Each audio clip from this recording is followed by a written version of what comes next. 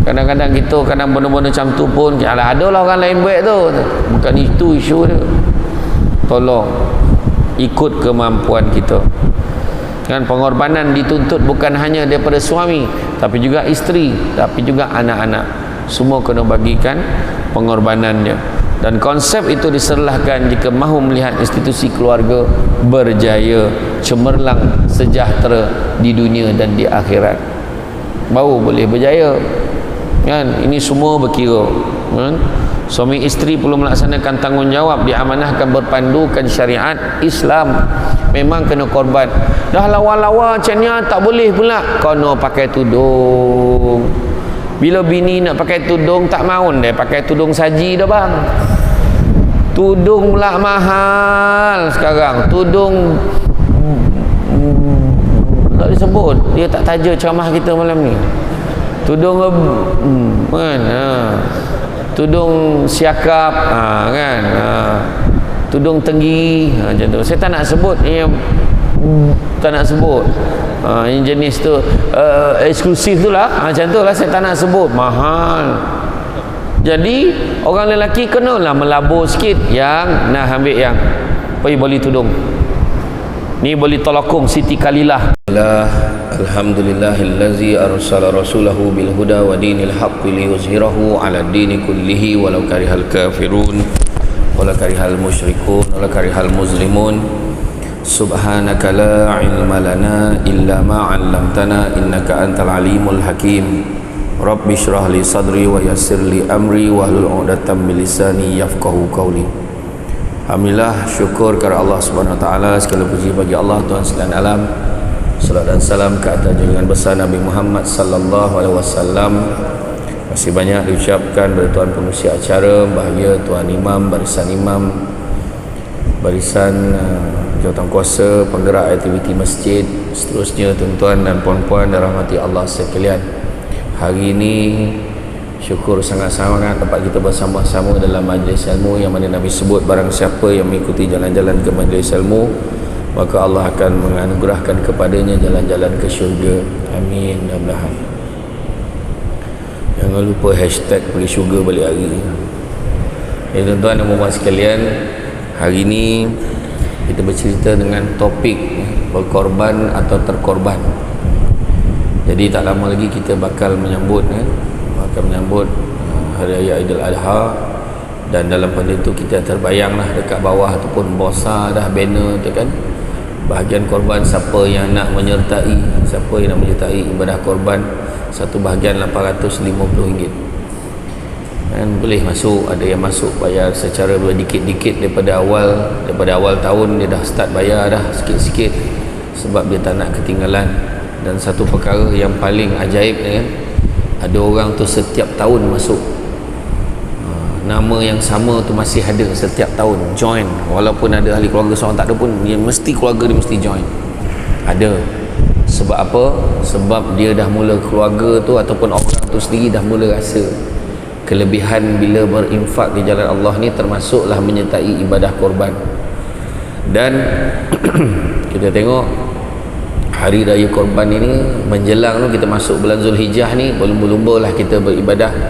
Ada yang berpuasa kan, dah mula dah dia tak potong kuku, tak cukur rambut-rambut yang ada kat badan dia ni, sebab nak mencapai pahala sunat tu kan, mencapai pahala sunat yang Nabi anjurkan kepada kita. Apakah maksud korban tuan-tuan dan puan sekalian? Korban ini merupakan amalan menghampirkan diri kepada Allah SWT dengan menyembelih binatang-binatang korban seperti lembu, kebau, kambing dan lain-lain lagi pada 10 Zulhijjah atau 3 hari selepasnya, yakni hari tasyrik, dan kemudian mengagihkan sebahagian daripada daging itu kepada fakir miskin dan golongan asnaf. Itulah bezanya korban dengan akikah. Kalau akikah kita disunatkan masak manis kemudian kita bagi dekat orang, tapi korban kita disunatkan untuk bagi daging mentah kepada orang, terutamanya pada fakir miskin dan asnaf, sebab dia boleh manfaatkan daging korban tu, sama ada dia nak makan sendiri ataupun dengan daging mentah tu dijual untuk dapatkan duit untuk survival kehidupan dia. Jadi kalau nak bagi ya, bagi boleh bagi, tak ada masalah, kita boleh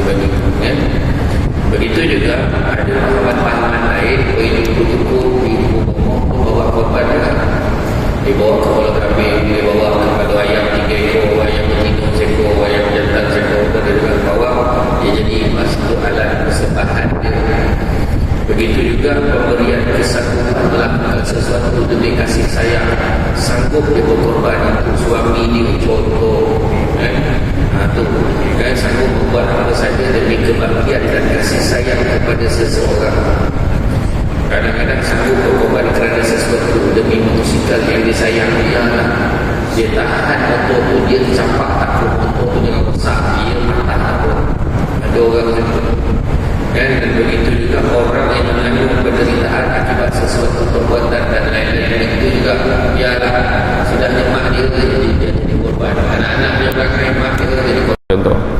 Dan begitu juga terkorban kan. Korban ni juga boleh dikaitkan juga dengan kemalangan, kecederaan ataupun kematian akibat daripada kemalangan, malapetaka dan sebagainya. Jumlah korban sehingga ke saat ini dia katakan berapa orang yang terkorban, tanah runtuh, kemalangan jalan raya kan?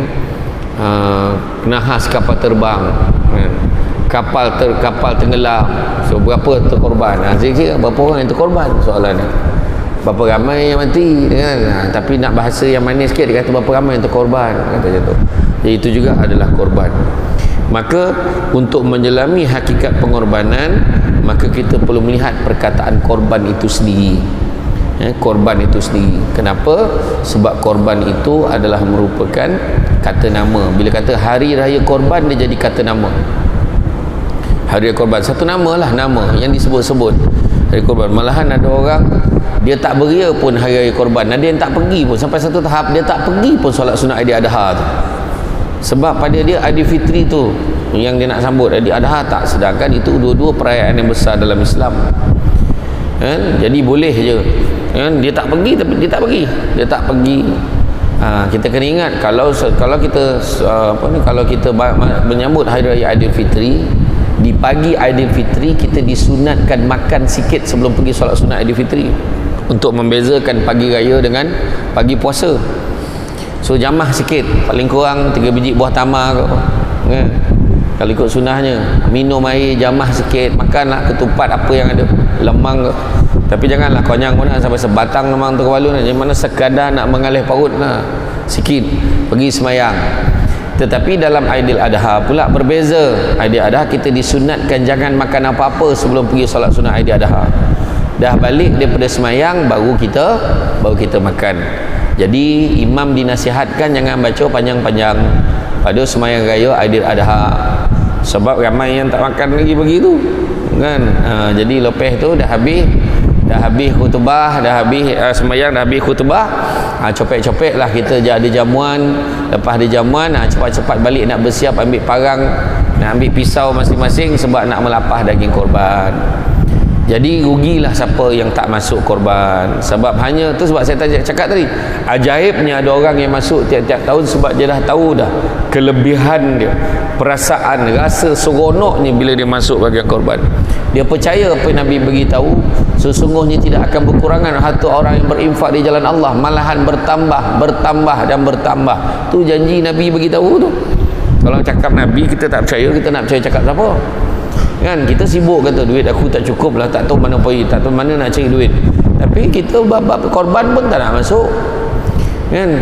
Kalau tak mampu masuk satu bahagian, masuk sekor. Dia macam tu ya, tak susah lah kan. Kau tak mampu masuk dia tak mampu sekor, tak mampu satu bahagian, kau datanglah pergi ke masjid ni, kau tolonglah orang tumbangkan lembu tu, tolong pegang kaki lembu jadilah. Tak mampu juga, tak mampu, tak apalah, kau tononglah mata lembu tu kan. Tak juga mampu, kau tolonglah lapah. Tak mau juga, tolong timbangkan 500 gram, 600 gram, timbang packing. Tak mampu juga, tak apa, pergi hantar kat rumah orang yang boleh terima ni, hantar kat rumah penerima binatang ni, ke daging korban ni. Tak mampu juga, kau beratur ambil bahagian kau balik, kau makan lah, payah sangat kan. Macam tu je lah. Itu pun tak boleh, kau tunggulah ke rumah, nanti orang hantarlah daging tu ke rumah. Tu sebabnya waktu saya pergi ke Kemboja beberapa tahun dulu, saya pergi 3 tahun turut saya pergi, sebelum PKP dulu lah saya pergi. Memang susah betul orang kat sana. Kita tahu kita di Malaysia tu, sebab ada orang kadang-kadang cakap daripada kata beria kat luar. Memang betul tuan-tuan, memang tak dinafikan kita lebih afdal buat korban dalam negara kita, betul afdal. Tetapi kalau tengok keadaan di luar negara, lagi dahsyat kesusahannya. Di Malaysia ni teruk-teruk pun saya yakin lah, kebanyakan masjid takkan terlepas rumah-rumah yang dia boleh hantar Melainkan ada rumah yang baru wujud, kita tak tahu. Dia memang rumah bawah tanah, jadi geng-geng Saddam Hussein duduk bawah, tutup, memang oksigen yang tak nak campur orang betul, memang orang tak tahu alamatnya, tu lain lah. Kalau ada pun tolong beritahu masjid, masjid akan hantar daging ke rumah dia. Tetapi di sana kesusahan dia sangat susah, tuan-tuan. Di Chad, Mali, Kongo, Afrika tu, hari ni kita nak bagi daging korban pukul 11 pagi katakan, malam tadi pukul 12 malam dah beratur panjang lah. Macam tu lah dia orang nak sangat daging korban. Kita pula berebut bahagian sampai busuk tak boleh makan dalam tais tu. Tu belum cerita yang potong-potong tu, tong serap belakang. Tu belum cerita lagi. Kan? Dia ada skill dia tu. Kan? Benda ni tak berlaku di Puchong, di tempat lain. Ya, terang cakap. Macam tu kita cover siap-siap kan tak panggil lagi kan. Jadi makna kata perbuatan tu, hari raya korban tu merupakan kata nama, tapi kita perlu melihat korban tu sebagai kata kerja. Kata kerja yang mana dia tidak hanya sekadar ritual sambutan keagamaan sahaja, tetapi juga memerlukan kepada tindakan dan emosi. Emosi kesian, emosi simpati kepada mereka yang memerlukan. Itu sebab kalau kita tengok pentingnya korban ini sehinggakan membawa kesan kepada emosi dan tenaga. Mana taknya nak menumbangkan kabau dengan lembu tu bukan senang. Bukan senang. Tu boleh cerita lagi orang yang masjid-masjid tertentu tu yang tak mainlah kabau. Tak mainlah lembu, dia unta. Itu kawan tu melawan. Kita orang 5 ekor unta tahun ni. Dekat masjid, saya camah kat masjid Sungai Pencala tu 35 ekor. Tiap tahun. Saya tanya berapa hari? Sehari settle 35 ekor. Ui, saya kata dahsyat betul. Kan? Kita orang lagi lah T-Rex. Mahal pula kan? Dia nak berlawan ni pasal kan? Tak adalah macam tu, melampau kan? Jadi kadang-kadang emosi, kenapa lah emosi pula? Yalah, aku ingat nak masuk lah korban berapa satu bahagian sekarang?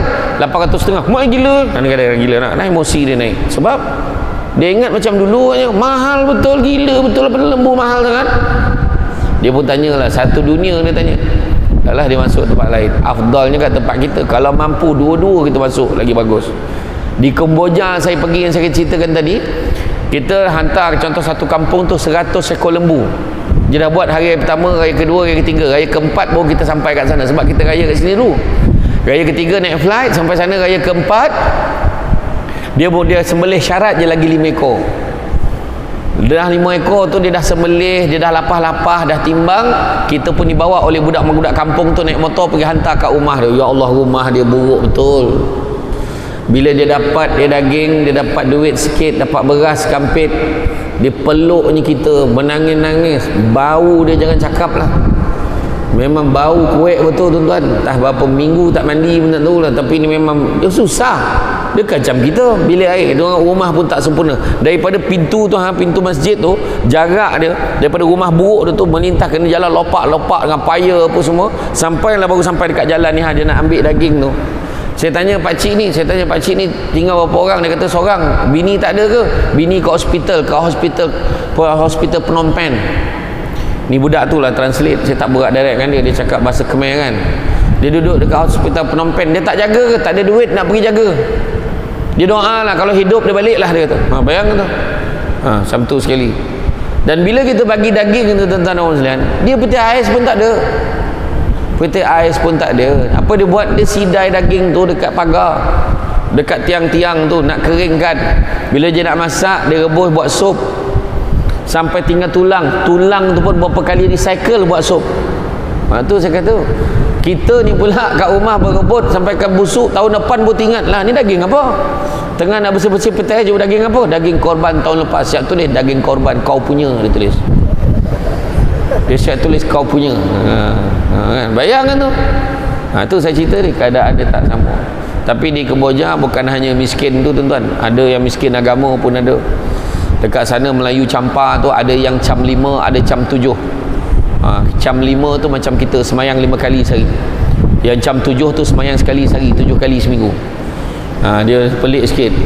Jadi dia ilmu tak tinggi, kita lah yang kena ajar dia. Kita kena ajar dia. Jadi kata kerja tu, emosi kita, ya Allah kesiannya dia. Patutnya macam tu. ada emosi, tenaga kita keluarkan. Kita takkan rasa penat. Dan orang yang mengerjakan lembu tiap tahun ni, dia takkan rasa penat, malahan dia rasa puas bila dapat menyelesaikan daging-daging korban tu, kan? Kata kerja ini membawa masuk tindakan, dan kemudian dia membawa manfaat, dan kemudiannya kepada orang lain, manfaat pada orang lain, orang yang susah. Kita jangan cakap alah daging je kot, boleh beli je kat luar. Tak sama. Kita masak, jual daging tu, ambil daging lompap kau, tak kisah bagian lompap ke bagian isi dalam tu kan, masak lomak cili api, gulai kau masuk tu bubuh kontang, bersorai, dia punya wangi dan sedap itu tak sama dengan daging kotak beli kat pasar. Tak sama. Nak lah baru semoleh hari ni masak lain sedap itu. Tu berkat Allah Ta'ala bagi, tuan-tuan, ya. Gulai lomak cili api kebau, lagi sedap. Salah orang perempuan dengan ngado, tak makan kebau. Kau masak kebau tu, diam-diam jangan cakap tu kebau, dah licin di tolan baru cakap tadi tu kebau tu, cakap tu. Dia perempuan ni ngado lebih, tapi sebenarnya dia tak tahu betapa enak dan lazatnya daging kebau. Ya. Iya, kau pergi bayang muka itu suruh-suruh, memanglah tak lalu, kan? Makan je. Ya.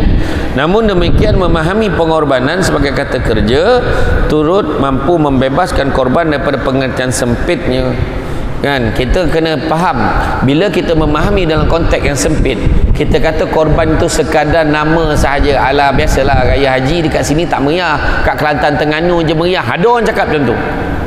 Bila kita cakap macam tu, itulah makna terkorbanlah pahala kita, terkorbanlah kesilap tanggapan kita tu, menyebabkan terkorbanlah kita daripada mendapat manfaat daripadanya, kan? Relax je. Orang lain puasa ni dia tak rasa apa pun tak puasa, kan? Orang lain masuk korban ni dia tak rasa apa. Kau masuklah, aku nantilah lain kali. Jangan lupa Nabi bagi tahu apa? Barang siapa yang diberi kelapangan, mempunyai kemampuan untuk melaksanakan ibadah korban, tetapi dia tidak melakukannya, maka usahlah dia bersolat di tempat solat kami. Itu Nabi sebut. Saya tak mampulah Ustaz. Astro full package, tiap bulan kau bayar 200, 300. Macam mana kau cakap kau tak mampu? Kau top up setiap minggu internet kau, macam nak mati, nak canggih babi dah tak ada internet, kan? Mampulah, WhatsApp masuk, betul, kan? Tapi dengan Allah Ta'ala kita berkira, kita tak sedar tu.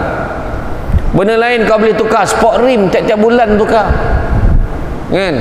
Kejap-kejap touch-upnya, kedai aksesori, tukarnya. Jumlahkan tengok berapa. Lagi banyak daripada satu bahagian korban yang kita boleh masuk, tapi kita tak nak masuk. Benda ni berlaku di tempat lain, bukan di Puchong. Ya, jangan terasa relax, bawa tak tahu macam bukan aku tu, macam tu, ya, macam tu. Masuk tuan-tuan, masuk. Jangan kita tak masuk. Dalam surah Al-Kautsar apa Nabi beritahu? Apa Allah Ta'ala beritahu? Inna a'tainakal kautsar. Sungguhnya kami telah memberikan kurniaan yang banyak. Allah Ta'ala bagi banyak dekat kita. Banyak Allah bagi kat kita. Dan Allah Ta'ala beritahu apa ayat seterusnya? Fasalli li rabbika wanhar. Maka bersolatlah dan sembelihlah, dalam kurungan binatang korban. Itu je Allah Ta'ala suruh.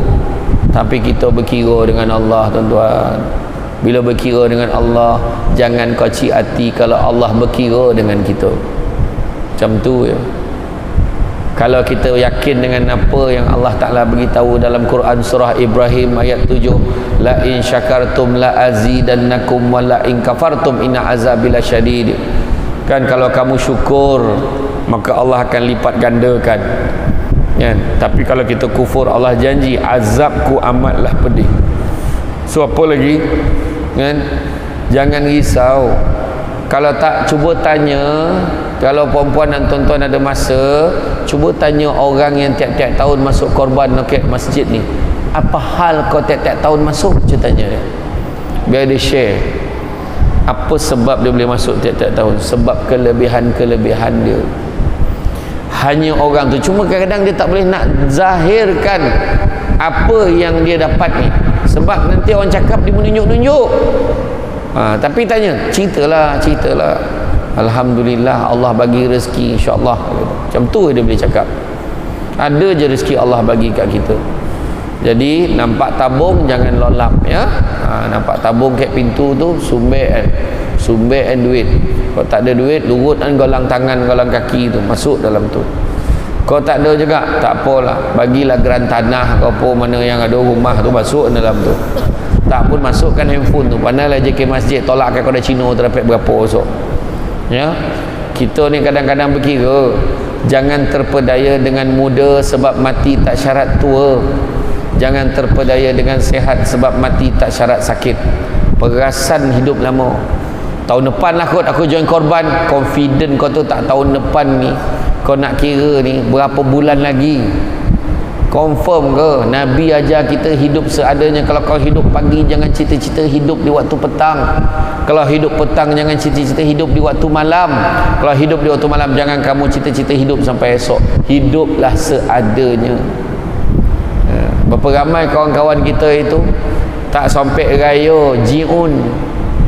Inna lillahi wa inna ilaihi raji'un. Saya ringkaskannya, ji'un. Kan, tak sampai raya haji. Siapa berani cakap, insya-Allah saya rasa saya sempat raya haji ni, kat tangan siapa berani cakap dia confirm sampai raya haji, cakap. Malam ni makan apa atas jaman kau ada lah sekarang, tak cokit sudu langsung mati. Nak baik macam mana kan? Dulu turun tangga tak salah pijak pula, tak kepap tergantuk ke belok kat dinding tu, langsung mati. Dia cakap apa? Saya bukan minta tuan-tuan, kan tak ada orang ikut tangga tu kan, ikut gelongsor pula dah kan. Tapi itu saya kata, tu sebab nak buat baik jangan tangguh-tangguh, buat cepat. Kita tak tahu bila Allah Ta'ala akan memanggil nyawa kita kan? Dan sumbangan kita adalah juga merupakan sumbangan kepada agama, bangsa dan negara kan. Nak pula orang kita yang susah-susah, lepas tu negara dapat mengurangkan, dapat membantu meringankan beban masyarakat kan? Pengorbanan ini mengutamakan matlamat, baik dalam bentuk peringatan ataupun pengajaran. Apa maksud matlamat tu penting? Tak ada orang yang bermasuk korban sepatutnya lah. Tak ada orang yang masuk korban niatnya dunia. Apa keuntungan dunia yang dapat? Apa keuntungan dunia yang dapat kalau korban? Kalau mungkin ada pun, mungkin orang yang bolo lembu tu, dia dapat hasil jualan lembu tu kan. Tetapi kebanyakan yang masuk korban, niat dia tertentu akhirat. Untung tak niat akhirat ni. Susah nak cakap Ustaz, tak nampak. Betul tu kan? Mana nampak? Kalau kerja keuntungan akhirat, tak nampak. Keuntungan dunia, tak apalah, tak ada keuntungan dunia. Kalau ikutkan lembu, keluar duit 800,500. Kalau satu ekor lembu sekarang 5,800, tak termasuk upah. Masuk upah pun dah 6,000 lebih, 6,200. Tu belum cerita lagi kos-kos lain. Nak bayar orang ni, kadang masjid ambil inisiatif nak bagilah sikit sagu hati ke orang tukang semoleh ni semua kadang kan. Apa keuntungan dunia? Tak ada kan. Semua kerja keuntungan akhirat sebenar-benarnya. Tu sebab bila kerja keuntungan akhirat saja, itu yang orang jadi lihat. Tapi adalah orang-orang tertentu kan nak tunjuk, alhamdulillah saya tahun ini saya sumbangkan 3 ekor lembu kepada masjid ni. Saya minta jasa baik masjid, tolong umum sebelum sembahyang raya. Umum pula. Contohlah kan, contoh. Jadi mungkin tu je lah kalau tujuan dunia pun kan. Tapi sebenar-benarnya kebanyakannya tujuan akhirat. Nak akhirat besok dibangkitkan dengan adanya haiwan-haiwan tunggangan untuk dirinya sendiri. Persoalan yang penting kita nak tanya, mengapa pengorbanan ini perlu dilakukan dan perlukah pengorbanan ini berlaku? Perlu tak? Perlu, sebab sebagai bukti kita ini merupakan hamba kepada Allah, merendah diri. Kita mengambil pengajaran ibrah daripada peristiwa yang melanda kepada Nabi Ibrahim dan anak-andanya Nabi Ismail. Waktu Nabi Ibrahim dapat mimpi untuk sembelih anaknya, itu bukanlah satu perkara yang mudah. Kenapa bukan satu perkara yang mudah? Kenapa? Jangan risau, penceramah kalau tanya dia jawab balik semula, jangan risau. Kenapa susah? Saya teringat saya ceramah kat masjid Kuala Pilah, saya tanya masa ceramah maulud, makcik selawat apa makcik? Makcik selawat apa? Menyaut makcik tu. Nak ceramah lah, tanya pula gitu. Dah kena marah pula aku. Samsing betul makcik ni kan. Jadi kalau kita tengok peristiwa Nabi Ibrahim bila dapat mimpi kena sembelih anaknya bukan satu perkara yang mudah. Kenapa? Sebab pertamanya Nabi Ibrahim dan isterinya Siti Hajar berkahwin berpuluh tahun tapi tidak dikurniakan anak. Bukan senang nak dapat anak. Sekali dapat anak pula tak duduk sama pula. Nabi Ibrahim merantau berdakwah untuk menyebarkan agama. Kemudian dahlah duduk asing, akhirnya bila dapat duduk sekali baru nak merasa kasih sayang, bermanja-manja dengan anak bermanja-manja dengan dia, dapat pula titah daripada perintah daripada Allah untuk menyembelih anak dia. Bayangan bukan senang. Tapi Nabi Ibrahim nak double confirm, dia pun tanyalah pandangan isteri dia, wahai Siti Hajar, apakah pandanganmu? Aku dapat mimpi kena sembelih anak kita. Itu terjemahan, tak macam tu burak ada, dia cakap Arab ya. Ni gambaran saja. Pola bunyi orang teraci lah burak itu kan. Contoh kan.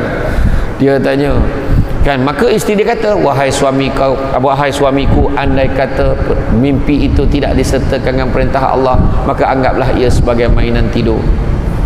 Tetapi seandainya disertakan dengan perintah Allah, maka laksanakanlah ia, wahai suamiku. Macam kok bini kita lah tuan-tuan, kita cerita macam tu, macam mana dia respon? Yang tadi abang dapat mimpi kena sembelih anak kita untuk korban ni, apa pandangan ayang ke? Tahu jawapan dia apa?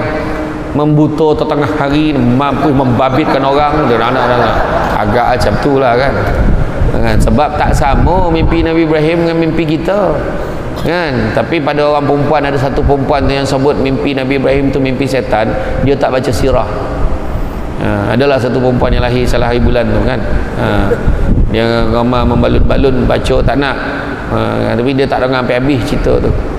Kemudian Nabi Ibrahim tanya pula kepada anak andanya Nabi Ismail, wahai Ismail, ayah anda dapat mimpi kena sembelih kau untuk korban nanti, apa pandanganmu wahai anak andaku? Jawab Nabi Ismail, wahai ayah andaku, kalau itulah perintah Allah, maka laksanakanlah ia, kerana sesungguhnya aku tergolong di kalangan orang-orang yang sabar. Macam tu jawapan Nabi Ismail. Cuba anak kita tanya dia, Long, apa bah? Abah dapat mimpi semalam kena sembelih kau untuk korban ni, apa pandangan kau? Tahu jawapan Long apa? Macam ni lah bah, sembelih lah angah, daging lebih sikit. Agak macam tu lah kan. Angah daging banyak sikit, agak macam tu lah kan. Anak kita lepeh nyawa dia ya. Sebab tak sama. Dan untuk makluman, selepas Nabi Ibrahim dapat tahu dan Nabi Ibrahim ambil keputusan nak melaksanakan perintah Allah untuk sembelih Nabi Ismail, heboh dah satu Mekah tu, heboh dah semua, gila Ibrahim ni, anak dia pun nak disembelih. Ini besoknya jangan kita pun disembelih. Ada orang cakap macam tu. Nak bagi pengajaran pada kita, macam tu lah bila nak buat benda-benda kebaikan, bila Allah suruh, ada je orang akan komplain. Nak buat ceramah malam ni, ingat tak ada orang komplain? Ada. Tak ada penceramah lain ke? Syik-syik dia je. Contoh lah kan. Carilah lain. Contoh kan. Iya. Macam-macam lah komplain. Itulah inilah. Masjid ni tak ada aircon ke? Kadang-kadang ada. Kadang Allah komplain aja. Biasa hari lain kipas ni boleh tampung. Tapi malam ni tak boleh tampung sebab tiba-tiba je ramai. Tapi kipas atas tu 35,000 tu. Ya main. Tak cukup dengan tu ni hantar sebelah penceramah main. Itu yang panis orang lain tu. Ya. Ada je komplain, parking tak cukup lah, itulah inilah. Wahal dia yang lambat tadi nak masuk hasil duduk belakang. Apa tak ada lepak kat apa nama kedai depan? Selera apa nama? Alah, kedai topi bawah tu lah. Corner apa? Corner macam tu lah. Di tepi tu kan. Bantai melepak situ lambat naik kan, contoh kan. Jangan komplain. Memang biasa. Kita buat benda baik, orang komplain, aku ingat aku nak sedekah lah seekor lembu. Tak payahlah, kau masuk satu bahagian sudah lah. Engkau berhabis-habis dengan apa hal? Ada cakap tu, wakil syaitan tu. Biarlah orang tu nak sumbang, patutnya kau ikut. Seronoknya tengok kau macam tu kan. Iya kan, itu biasa. Tapi Nabi Ibrahim dengan Nabi Ismail, tengok Nabi Ismail punya tabah ni. Dalam satu riwayat dia kata, wahai ayahandaku, kalau besok kau dah sembelih aku, kalau ibu rindukan aku, ini pakaian aku, baju aku, kau bagilah dia bau supaya dia boleh bau badan aku. Nabi Ismail nak cerita steady tak steady. Lepas tu dalam satu riwayat pula kata, ayahandaku, nanti kau nak sembelih aku, kau dah letak kat mana kau nak sembelih aku kat sini kan, kau ambil kain, kau tutup mata kau, sebab takut kalau kau nampak aku, kau tak sampai hati nak sembelih aku. Macam tu. Dalam satu riwayat mengatakan tak sempat sembelih, Allah gantikan dengan kibas. Dalam satu riwayat kata memang dah nak sembelih dah, letak macam tu, tutup mata, sembelih, terpercik darah tu dekat tubuh Nabi Ibrahim, mengeletar-geletar Nabi Ibrahim. Nabi Ibrahim buka, rupanya yang dia sembelih adalah seekor kibas. Bertukar, dah tukar dah. Allah Ta'ala sebenarnya nak uji. Allah Maha Pengasih, Allah Maha Penyayang. Macam itulah tuan-tuan dan puan-puan sekalian. Makna nak beritahu macam itulah taat. Kita ni kadang-kadang kita kata kita sayang, tapi tidak terbukti, melainkan kita diuji oleh Allah Subhanahu Wa Taala. Kerana diujilah baru tahu. Sayang tak bini kita? Sayang. Sanggup tak mati susah senang bersama-sama? Susah senang kami sanggup bersama, Ustaz. Beranak bini dia duduk luar. Pahal kau tak tamanan, takut darah. Siapa yang mengojokan sampai berdarah tu saya cakap. Macam tu lah tanya tu. Tamankanlah. Kan? Saya bagi petua lelaki yang takut darah, teman isteri, muka menghadap muka, sebab belum pernah lagi perempuan beranak darah keluar kat muka. Faham? Sebab nak dibuktikan kasih sayang mesti dengan pengorbanan, tindakan. Kita semua nak kaya, ada orang nak kaya, ada orang nak senang, tapi modal tak nak keluar, duit tak nak keluar langsung, tapi nak kaya. Kan? Pagi-pagi dia dengar ceramah tu, kalau barang siapa nak dimurahkan rezeki, jangan tinggalkan dua amalan ini, kata Nabi. Yang pertamanya sedekah subuh, dan yang keduanya solat sunat 2 rakaat sebelum subuh. Dia pun hantarlah masa PKP tu, ramailah orang send account bank Islam, masjid, apa nama masjid ni? Masjid As-Salam, Puchong, nombor account 05012020338212. Tu account aku tu. Lepas tu Zam, lepas tu description, doakan saya kaya. Tu tak tahan tu. Amount RM1, itu tak terima tu. Dia punya usaha isi satu-satu, time amount tu RM1. Lepas tu sibuk nak kaya. Tak apalah, itu kemampuan dia, tak apa. Kadang-kadang jangan tuan-tuan ingat, nampak orang tu, 100 lah dia bagi, lalu tabung gek sop 100 sampai sebelah tu dia gulung-gulung tangan macam ni, tak nampak duit dia. RM1 dalam tu. So akan ada yang nampak, dahsyat lah dia 100, dia RM1 ya. Tetapi yang 100 tadi dalam akaun ada 100 juta lagi. Yang tadi bagi RM1 dalam poket tinggal RM1. So mana lagi hebat? Yang RM1 tadi lagi hebat. Iya, dalam bank memang tak ada apa, dia tunggu Aisina. Kalau ada Aisina dia lega. Macam-macam lah, Aisina lah, Acitra lah, tak kisah lah apa kan. Sekarang ni BTR sekarang kan, apa betul, bantuan tunai rahmah apa yang sekarang ni tengah tunggu pula duit tu. Iya, pada setengah orang itu je dia dapat tu lah kan. Itu sebab kalau saya takkan isytihar 250, kurang-kurang 5,000 seorang kan. baru betul. Betul tak? Betul ke tak betul? Kau macam takut nak jawab. Orang bagi ambil macam tu cakap kan. Tapi itulah belajar bersyukur macam mana tuan-tuan kan. Dan perkara yang kita tengok Nabi Ibrahim buat ni sifat rendah diri, merendah. Allah Ta'ala suruh buat, Allah kata, Allah Ta'ala larang jangan buat, Allah Ta'ala suruh buat, kita buat. Tetapi masalahnya kadang-kadang yang menyebabkan terkorbannya pahala korban, pertama sikap ego, berlawan-lawan. Tak mainlah lembu, kita orang Kerbau. Saya pergi ke Limbang, lembu lagi mahal daripada kerbau, sebab lembu susah nak jumpa di sana. Kerbau yang senang jumpa. Sampai kan kat roundabout tu ada seekor kerbau, replika kerbau letak, ada banyak kerbau sana berbanding lembu. Nampak tak? Jadi ego pula, aku tak mainlah lembu, kerbau, tak mainlah kerbau, lembu. Kau berapa ekor? 5 ekor. Kita orang 20 ekor. Apa hal? Yang seorang tu unta. Kita unta terbaik daripada Arab Saudi tau, naik kapal terbang MAS. Iyo kau, dia duduk business class. Biar betul. Dah tak ada pula orang unta pula duduk situ. Apa hal pula? Dia nak berlawan-lawan punya pasal, nak berlawan. So yang tu yang kita tak nak. Minta maaf lah. Kau berapa ekor? Berapa? Tak, masjid berapa ekor? 5 ekor. Okey. Kau masuk berapa ekor? Oh, 1 bahagian. Okey lah, cania lah cania lah. Dekat masjid tu yang 5 ekor tu, 3 ekor tu aku punya. Mak dia punya ayat. Nampak? Habis pahala kita macam tu. Kemudian selain daripada ego pula, ada satu sikap tamak, zerap.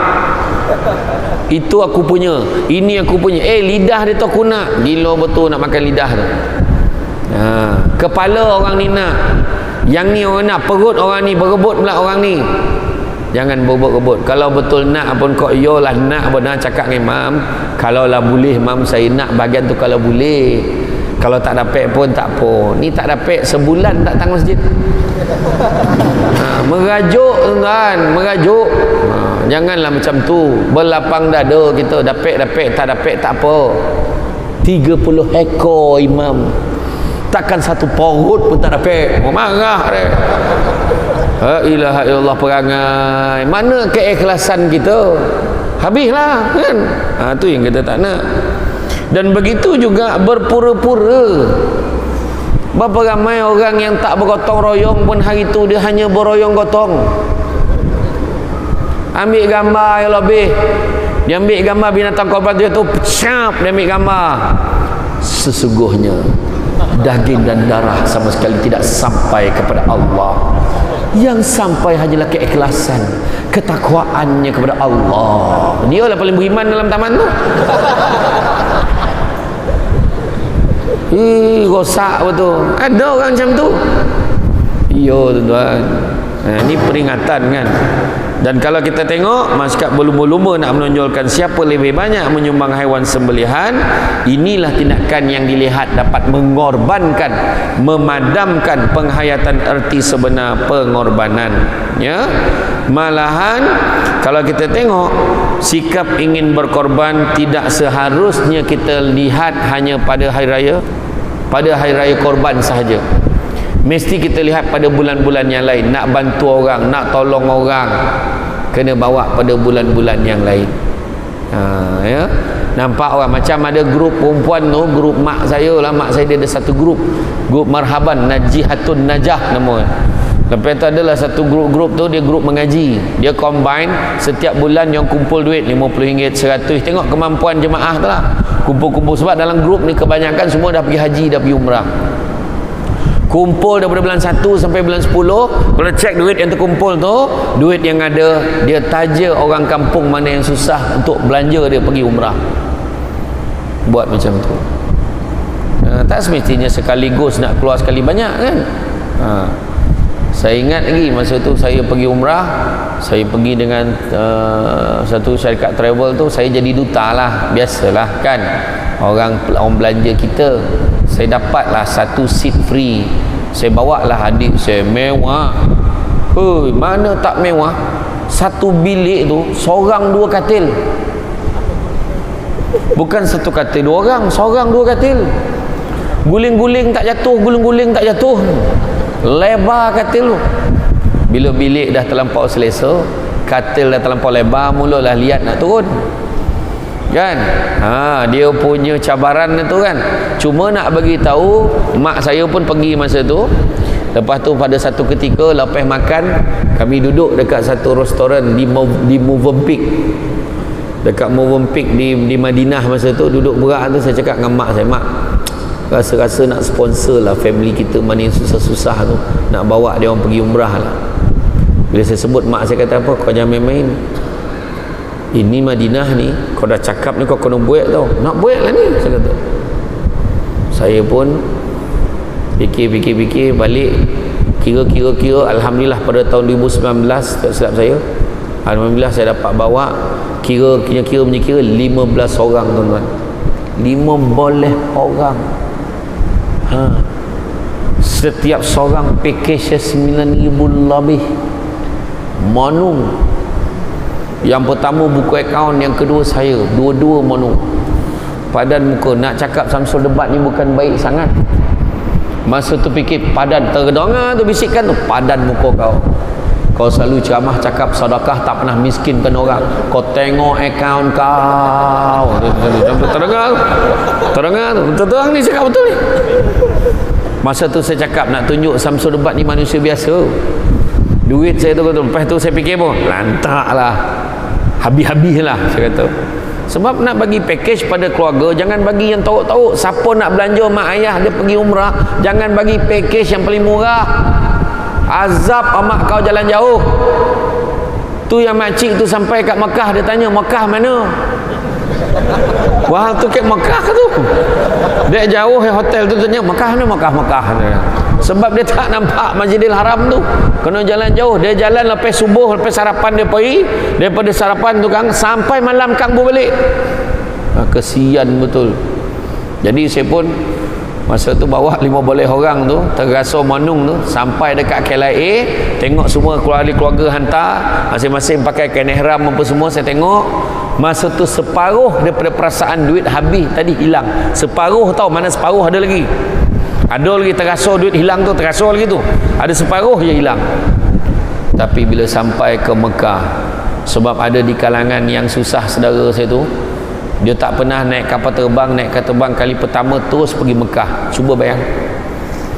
Dan bila sampai, menitis air mata masing-masing.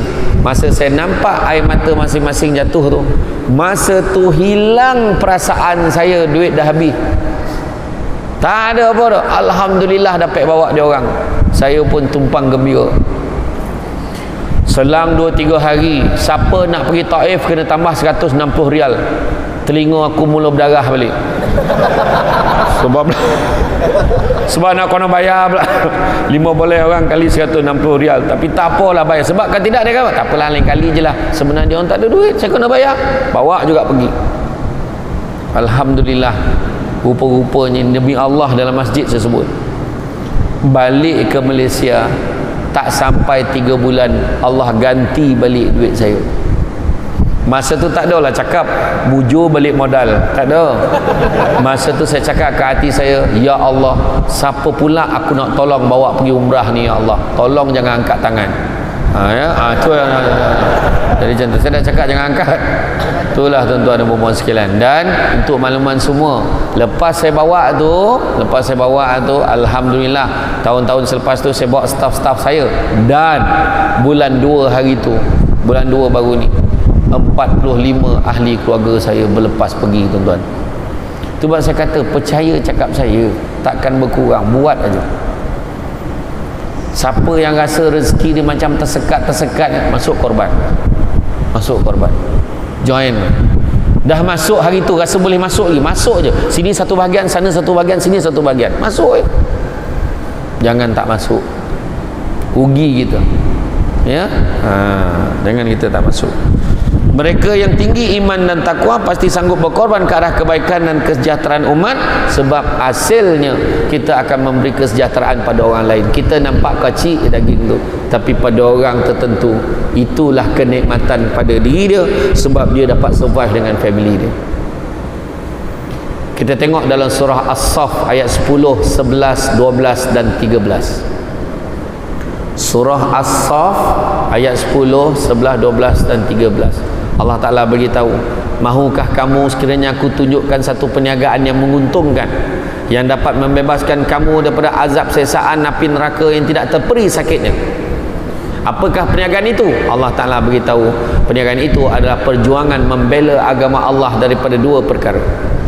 Membela agama Allah daripada dua perkara, iaitu membela agama Allah dengan dua perkara, bukan dari dua perkara, dengan dua perkara, iaitu dengan harta benda dan diri sendiri.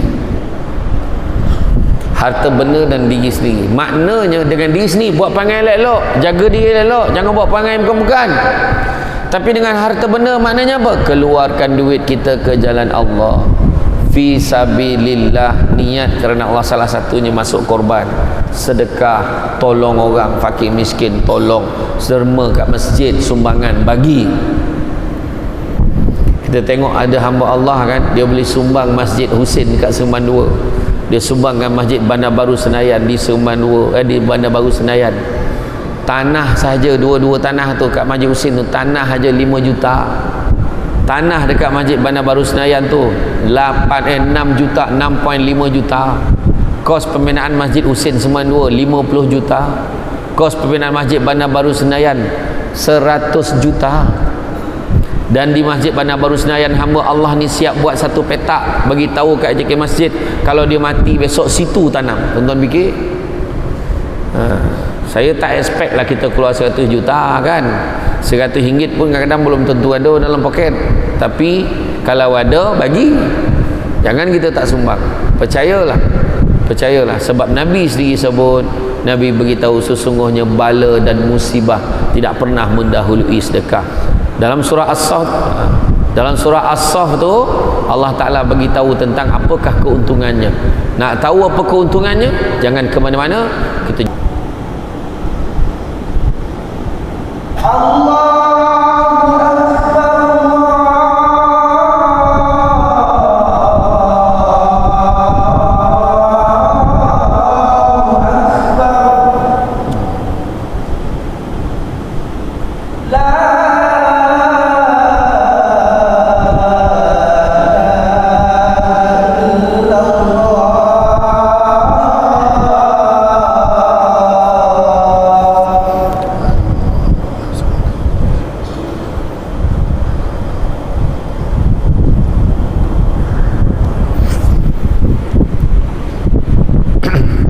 sambung ya. Jadi kalau kita tengok dalam surah As-Saff tu tadi kan, mahukah sekiranya aku tunjukkan satu perniagaan yang menguntungkan, iaitu perjuangan membela agama Allah dengan dua perkara, iaitu harta benda dan diri sendiri. Maka apakah keuntungannya? Keuntungannya itu ada 4 keuntungan. Baca balik surah As-Saff 10, 11, 12, 13 nanti ya. Keuntungan yang pertama, keampunan dosa-dosa. Allah akan ampunkan dosa-dosa kita. Keuntungan yang kedua, Allah Ta'ala akan kurniakan syurga adnin, yang mana di bawahnya mengalir sungai-sungai. Sungai-sungai itu boleh minum, boleh mandi, cantik, indah sekali. Yang ketiga, Allah Ta'ala akan memberikan pertolongan kepada kita kalau kita dalam kesusahan. Dan yang keempatnya, Allah Ta'ala akan berikan kemenangan, kejayaan yang mana kemenangan, kejayaan yang mana cepat masa berlakunya. Itu janji Allah dalam Quran. Jadi kalau siapa-siapa rasa nak berjaya, nak copek untung nak copek berjaya dalam hidup dia, copek-copek lah harta benda dan diri sendiri. Kadang-kadang kita sayang benar dengan harta kita, kadang-kadang kita terlupa. Akhirnya bila mati kita tak boleh bawa pun. Soleh pun, suleh pun tak boleh bawa masuk dalam kubur kan? Suleh faham tak? Suleh seulas, kau tak faham lah kan? Itu sebab Iskandar Zulkarnain dia kata, kalau aku mati nanti jangan lupa. Iskandar Zulkarnain salah seorang dalam sejarah Islam, seorang raja yang paling taat dan soleh kan? Dia bagi tahu, kalau aku mati besok jangan lupa buat 3 perkara. Yang pertama, pastikan yang usung jenazah aku nanti terdiri pada tabib-tabib yang handal-handal. Tabib ni bahasa sekarang doktor. Yang kedua, yang usung jenazah aku nanti, bila usung aja pastikan taburkan segala harta kekayaan aku sepanjang perjalanan pergi ke kubur. Dan yang ketiga, waktu usung jenazah aku, pastikan tangan aku terkulai tu biar orang nampak tangan aku. Maka tentera dia tu pun tanya, kenapa lah macam tu? Kenapa lah kau nak buat macam tu? Yang pertama, aku nak beritahu macam mana hebat pun doktor tu, tabib tu tadi, yang mengusung jenazah tu tadi, dia takkan dapat menghalang kematian daripada berlaku. Yang kedua, kenapa aku taburkan harta kekayaan aku suruh taburkan tu? Kerana kau akan tengok nanti betapa manusia berebut nak ambil harta kekayaan itu tanpa mampu kau berbuat apa-apa. Dan yang ketiga, kenapa biar tangan kau terkulai biar orang nampak tu? Nak bagi tahu macam mana kau lahir dulu tangan kosong, kau mati pun tangan kosong, kau tak bawa apa-apa. Tangannya dah terkulai layu di Tasik Madu Fawzah Latif. Kenapa tangan terkulai? Kalau buat apa dah? Masa dah time, kata budak-budak pucung. Masa dah time, dia kata. Dah tak ada apa yang boleh dilakukan. Dah habis. Dah selesai. Assalamualaikum, sadaqallahu lazim. Habis dah cerita kita di dunia. Masa itulah, tu sebab digambarkan, ada ulama menggambarkan bagaimana orang kalau mati tu, dia tersadar dalam kubur tu, dia tengok, apalah lapang kubur aku ni? Dia tak adalah lapang sangat, lapang sikit lah. Salah lapang kubur aku ni, boleh tahan lapang kan? Dia pun tanya, maka malaikat kata, sebab apa lapang? Sebab dulu masa kau hidup, kau datang ceramah Samsul Debat tu, kau pernah masuk duit RM1 masuk dalam tabung. Masa tu kau habis ikhlas dah tu kau bagi. Masa tu kau tak fikir apa-apa pun, kau bagi botol-botol nak sumbang RM1. RM1 macam ni punya lapang kubur aku dah tu. Kalau aku tahu, tentu aku bagi semua harta yang aku ada. Masa tu sudah terlambat. Tu sebab masa hidup ni lah nak buat, tuan-tuan dan puan-puan sekalian. Kita ni kadang-kadang kita terlampau mengejar dunia kan, mengejar dunia, sedangkan dunia ni sementara sifatnya, apatah lagi yang ada dalam dunia. Kenapa kita nak berkira sangat dengan Allah Ta'ala? Itu sebab pengorbanan ni jangan tengok daripada aspek ini saja. Selepas daripada Hari Raya Korban, kita masuk dalam kehidupan kita, tengok balik apa pengorbanan yang kita kena buat. Anak kita hantar belajar mengaji, pergi hantar belajar ngaji kat masjid, kena bayar berapa? Kat masjid belajar ngaji berapa bayar? Berapa bayar? Mana ada bayar? Free. Itu kata budi bahasa orang Negeri Sembilan, kata adat banyak kiasan, ditunjuk dia tetapi bukan, bergulung pendek panjang dirontangkan. Memang takkan faham kalau tak dirondongkan. Memang tak ada bayaran, tapi kau bayarlah. Kau tak nampak kipeh tu? Tak nampak ni semua? Ni aircon pasang, kipeh pasang, pintu tingkap buka, sampai ke jalan sajuk semua bil elektrik semua tinggi tau. Bagilah sumbangan, berkira dengan Allah. Hantar anak mengaji ke ustaz tu berapa banyak? 100. Gila ustaz tu, dia kata. Ustaz tu gila tu. 100 sebulan pergi Makkah ulang alik kat ustaz tu. La ilaha illallah. Anak tu nak pergi belajar agama, bila pergi belajar kuliah duha, kita kutip duitnya RM50 sebulan seorang. Gila. Orang perempuan marah. Kadang-kadang kita berkira dengan anak kita, kita berkira dengan ilmu agama. Satu hari nanti, kalaulah anak kita rosak akhlak, terjebak dengan perkara-perkara yang dimurkai Allah, bayar RM10,000 sebulan pun belum tentu boleh selesai. Tu sebab jangan berkira. Sedekahlah banyak-banyak kalau nak rumah tangga bahagia. Dia kodokut, duit banyak tapi bini melawannya kau jual. Tengok apa sebab? Kan? Saya tak cakap perempuan sini tempat lain. Perempuan sini semua baik, tawaduk. Tuan, kalau duduk tu, dia punya tunduk tu, melakap kepala kat lantai. Macam tu lah. Tapi betul, pengorbanan, keluar duit kerana Allah, jangan berkira. Dengar-dengar ada buat gotong royong, datang bersihkan masjid, datang. Kadang-kadang kita kadang benda-benda macam tu pun adalah orang lain buat tu, bukan itu isu dia. Tolong, ikut kemampuan kita. Kan pengorbanan dituntut bukan hanya daripada suami, tapi juga isteri, tapi juga anak-anak. Semua kena bagikan pengorbanannya. Dan konsep itu diserlahkan jika mahu melihat institusi keluarga berjaya, cemerlang, sejahtera di dunia dan di akhirat. Baru boleh berjaya.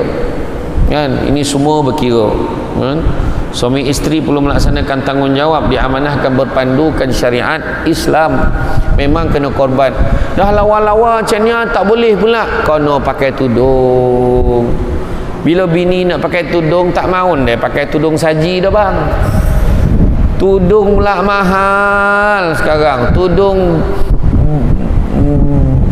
tak disebut. Dia tak taja ceramah kita malam ni. Tudung kan? Tudung siakap, kan? Tudung tenggi, macam tu. Saya tak nak sebut yang tak nak sebut. Yang jenis tu eksklusif tu lah, macam tu lah saya tak nak sebut. Mahal.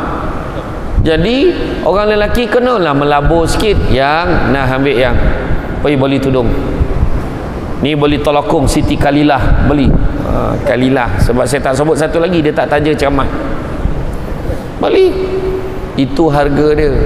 Seorang suami bukannya dayus hanya sebab takut kat bini dia, tapi dia dayus bila dia membiarkan isterinya tidak menutup aurat, dia biar isterinya bergelumang dengan lelaki-lelaki lain, buat benda-benda tak elok, dan dia tak rasa apa. Tu kena jaga, ya.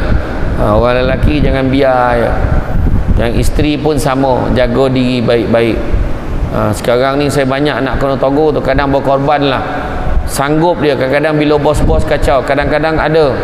Sekarang ni yang kita dapat ni, iktilat ni, kata Pek Kojo, kadang-kadang bos hantar mesej yang bukan-bukan. Dia hantar mesej video lucah, dia hantar gambar-gambar, mesej yang tak boleh tak boleh nak cakap lah. Ada berlaku. Jadi isteri tolong jawab, jangan biar je. Bila kau diam, bos kau ingat kau okey. Jawab. Jangan, kalau saya jawab saya kena buang kerja. Biarlah, rezeki Allah tu luas. Kau jawab, Tuan tolong jangan hantar mesej macam ni lagi. Kalau Tuan hantar mesej macam ni, makna Tuan tak hormat dekat mak ayah saya, tak hormat dekat suami saya, dan tak hormat dekat saya. Jawab macam tu. Bila kau biar, lepas 5-6 bulan laki kau jumpa mesej tu, bergaduh, baling-baling kursi, topuk tampar, habis. Akhirnya bercerai-berai, tak berbaloi sebab that message tu tadi. Tu sebab baru-baru ni ada larangan, kata beritahu. Bayangkan ada bos boleh hantar tu, malam ni suami you tak ada, bolehlah kita tidur sama. Bayangkan message macam tu boleh keluar. Kan? Ada otak ke tak ada otak tu? Ada tuan-tuan, saya dapat tu.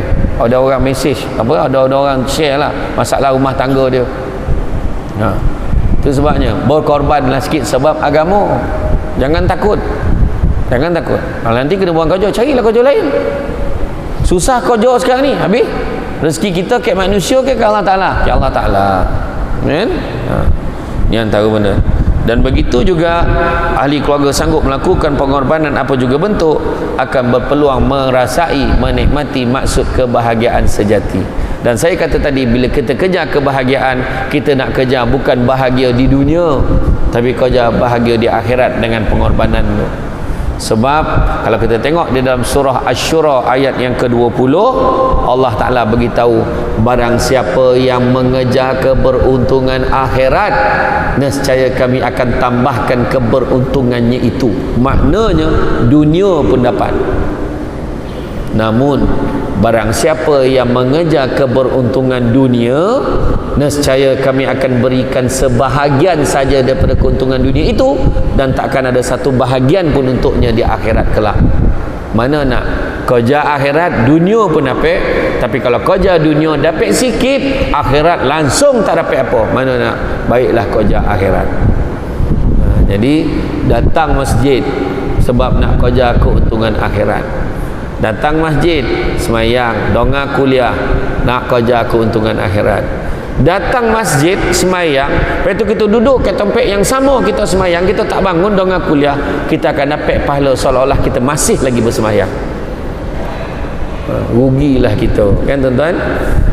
Jadi apa-apa pun saya doakan mudah-mudahan dengan usaha yang kita buat, walaupun satu bahagian, walaupun dua bahagian, walaupun seekor, walaupun 3 ekor, mudah-mudahan Allah Ta'ala mengurniakan kebahagiaan dan kegembiraan seluruh jemaah ini di dunia dan di akhirat. Saya doakan semoga diberikan keberkatan dalam apa juga urusan yang kita laksanakan, diberikan kemudahan dalam apa juga yang kita ingin laksanakan, baik diri kita, suami, isteri dan anak-anak dalam urusan seharian dipermudahkan segala urusan. Saya doakan. Jadi tuan-tuan dan puan-puan sekalian, saya faham tenungan makrifat itu, saya faham cara dia tenung memandang lama seolah-olah satu ayat keluar tak reti berhenti kot. Saya faham kan. InsyaAllah lepas ni masing-masing nak sembahyang isyak, apapun siapa yang masih belum menyertai korban, tolonglah join, dengarlah cakap saya ni, masuklah satu bahagian pun, ataupun kongsi-kongsi lah soal sikit nak juga masuk satu bahagian. Boleh tambah lagi tak masjid? Boleh? Boleh. Setakat ni kita dah ada 15 ekor, berapa ekor? 15 ekor. Dalam 15 ekor macam tu. Jadi masuk tahun ni kita pecah rekod 50 ekor. Biar dia monung tekang semoleh tu kan tahun ni. Iya ya. Jadi tuan-tuan dan puan-puan sekalian, rasanya cukuplah sekadar itu. Bak kata orang, cantik dipandang rumah penghulu, kayu tu okey dari papan, alang-alang menuntut ilmu, sebutir pasir kembangkanlah menjadi intan. Budak-budak membawakanlah nak menjolok buah berangan, kalau ada silap dan salah dikata tidak dicaci jangan. Tenang-tenang air di laut, sampan kelok mudik ke Tanjung, hati terkenang mulut menyebut, dia sebaik pihak masjid menjemput rasa nak junjung. Jadi tuan-tuan dan puan-puan sekalian, sedikit makluman